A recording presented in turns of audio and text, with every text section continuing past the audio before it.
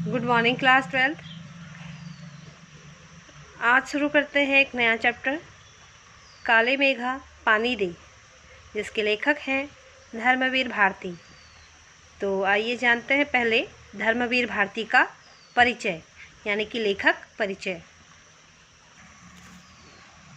धर्मवीर भारती का जन्म वर्ष 1926 में इलाहाबाद उत्तर प्रदेश में हुआ था।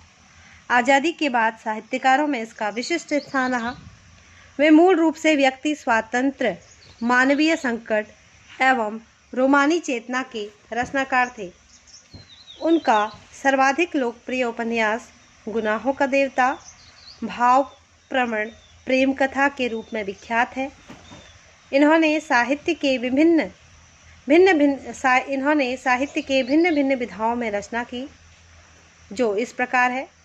काव्य रचना कनुप्रिया, 7 गीत वर्ष, ठंडा लोहा। कहानी संग्रह बंद गली का आखिरी मकान। उपन्यास सूरज का 7वां घोड़ा, गुनाहों का देवता। गीति नाट्य अंधा युग। निबंध संग्रह पश्यंती, कहानी अनकही, कहनी अनकहनी, ठेले पर हिमालय। धर्मवीर भारती पद्मश्री, व्यास सम्मान एवं साहित्य के कई अन्य राष्ट्रीय पुरस्कार से सम्मानित किए जा चुके हैं। भारती जी का वर्ष 1997 में स्वर्गवास हो गया। मूल रूप से व्यक्ति स्वातंत्र्य, मानवीय संकट एवं रोमानी चेतना के रचनाकार धर्मवीर भारती के गद्य लेखन में सहजता एवं आत्मीयता है। यहाँ प्रस्तुत पाठ में उन्होंने लोक में प्रचलित विश्वास तथा विज्ञान के द्वंद्व को चित्रित किया है। इस पाठ में लेखक और उसकी जीजी क्रमशः विज्ञान और विश्वास के प्रतीक हैं। लेखक विज्ञान को मानने वाला है, लेकिन समाज के रीति रिवाजों को भी महत्व देता है।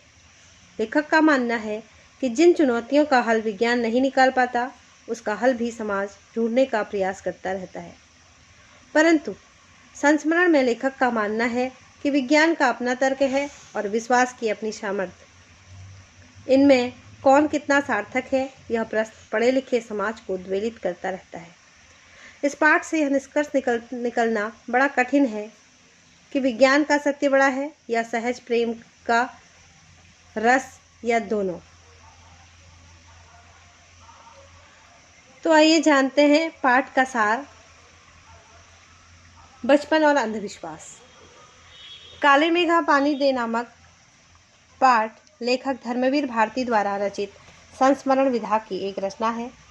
आषाढ़ के महीने में जब पखवाड़े भर बारिश नहीं होती, तो किशोरावस्था वाले लड़कों की इंद्र सेना घर घर जाकर पानी मांगती है।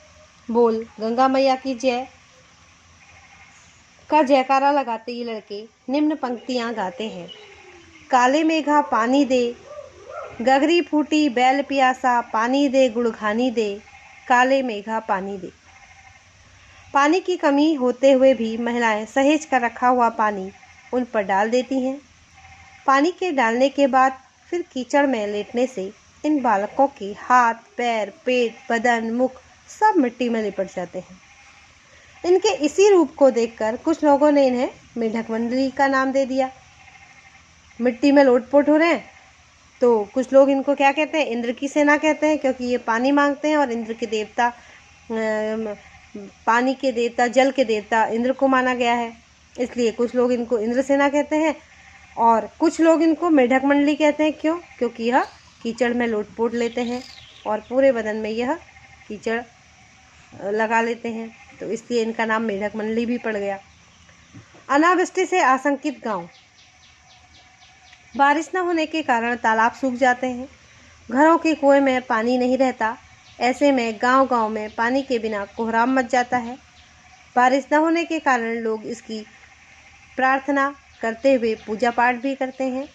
पशु पक्षी प्यासे मरने लगते हैं, और यदि इतने पर भी वर्षा नहीं होती, तो इंद्रसेना बादलों से पानी मांगने के लिए निकल पड़ती है।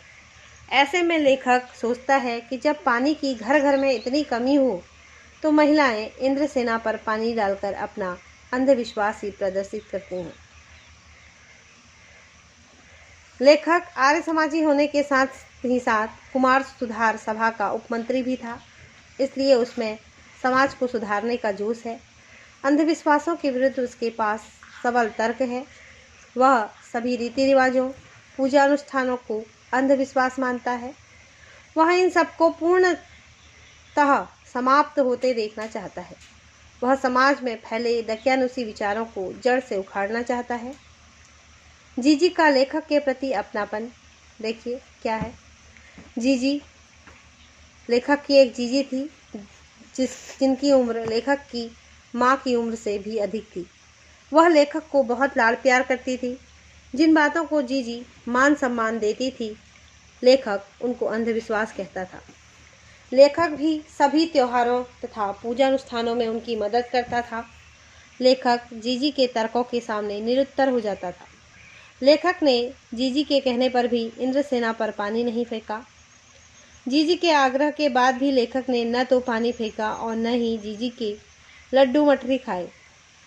कुछ समय तक उसने जीजी से बात भी नहीं की। क्यों? क्योंकि वह नहीं चाहता था इन सब अंधविश्वास को बढ़ावा देना।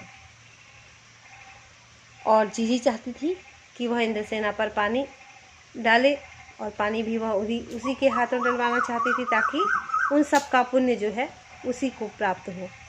लेकिन लेखक इधर इन बातों को अंधविश्वास मान रहा था। अब देखिए जीजी के तर्क। यह पानी की बर्बादी नहीं, यह पानी का अर्घ्य है। कुछ पाना है तो पहले कुछ देना होता है। दान को सबसे महान कहा गया है। दान के लिए त्याग करना अनिवार्य है। अभाव की स्थिति में किया गया दान ही सच्चा त्याग होता है। सूखे में हमारे द्वारा फेंका गया पानी ही पानी की बुआई है। हम पानी देकर बीज बोते हैं, अर्थात यह पानी का बीज है। तब काले बादलों से पानी मांगते हैं। पहले खुद दो तो देवता तुम्हें 4 गुना 8 गुना करके लौटाएंगे। एक व्यक्ति का आचरण ही सबका आचरण बनता है। 50 वर्ष के बाद लेखक के विचार। 50 वर्ष के बाद लेखक यह सोचता है कि हम देश के लिए क्या कर रहे हैं। राजनीतिक स्वतंत्रता मिलने के बाद भी हमें अपने देश के संस्कारों की समझ अभी तक नहीं आई है। हमारी स्थिति मांगने की तो हर समय बनी रहती है, किंतु त्याग करने से हम पीछे हट जाते हैं। लेखक कहता है कि आज आदमी अत्यधिक स्वार्थी हो गया है। ये बातें लेखक के मन को कचोटती हैं। हम चारों ओर फैल रहे भ्रष्टाचार को लेकर बातें करते हैं, लेकिन कभी यह नहीं देखते कि कहीं हम भी तो भ्रष्टाचार के शिकार नहीं बन रहे हैं। यदि हम सोचें तो एक स्तर पर हम सभी स्वयं को उसी भ्रष्टाचार का अंग बना हुआ पाते हैं। काले मेघा दल के दल उमड़ते हैं, पानी झमाझम बरसता है, पर गगरी फूटी की फूटी ही है। बैल प्यासे के प्यासे ही रह जाते हैं। आखिर कब बदलेगी यह स्थिति? लेखक इन्हीं सब प्रश्नों से अपने आप को घिरा पाता है। यानी कि समाज में अंधविश्वास अभी भी व्याप्त है। ठीक है, गगरी फूटी की फूटी रहती है, बैल प्यासे के प्यासे रहते हैं का मानना है कि गांव की स्थितियां जो हैं अभी भी जस की तस है। वहाँ पर क्या हुआ है, अभी भी अंधविश्वास बहुत व्याप्त है। चाहे कितने ही युग बीत जाएं, पर उनकी स्थिति इन अंधविश्वास के कारण सुधरेगी ही नहीं, ऐसा लेखक का कहीं ना कहीं मानना है। और आज समाज इतना बदल गया है